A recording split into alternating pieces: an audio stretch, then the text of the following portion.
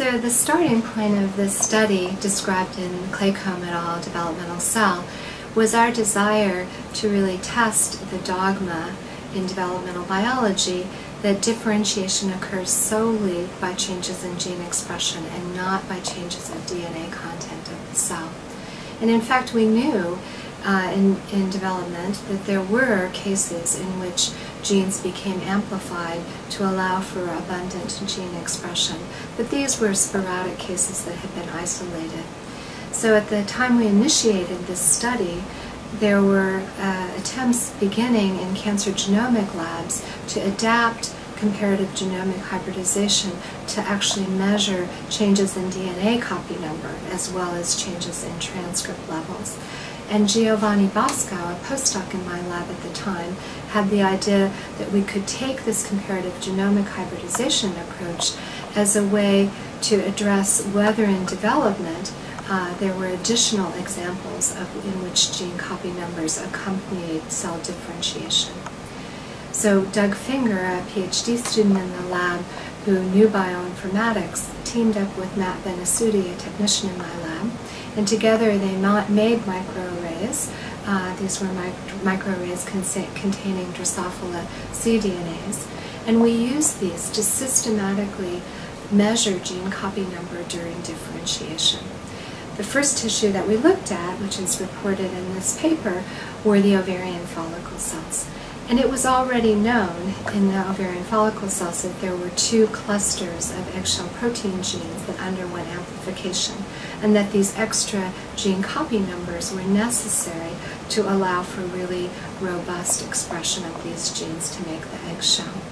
What we found from our comparative genomic hybridization studies is that there were in fact additional amplicons in these cells. Julie Claycomb, a PhD student in the lab, then made it the goal of her PhD thesis to identify the function of these newly identified amplified regions and also to define the mechanism by which this gene amplification occurred.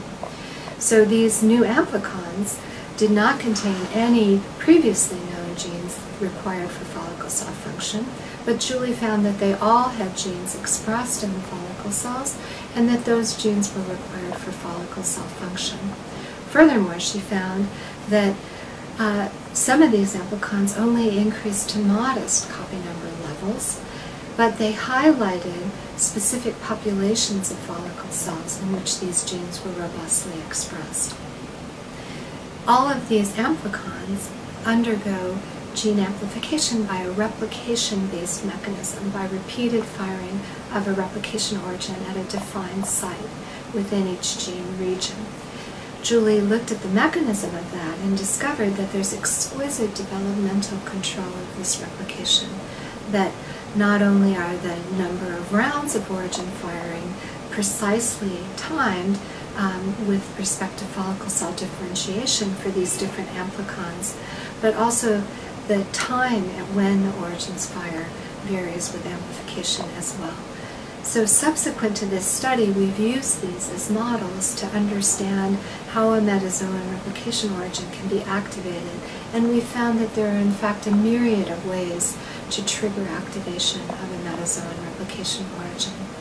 Also, in subsequent studies, we expanded this comparative genomic hybridization approach to other tissues to find other examples of developmentally controlled differential replication.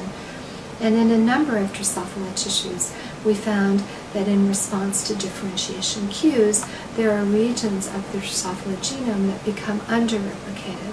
And this has also provided a wonderful model for us for understanding metazoan replication, because this has provided genomic regions that become repressed for replication as tissues differentiate.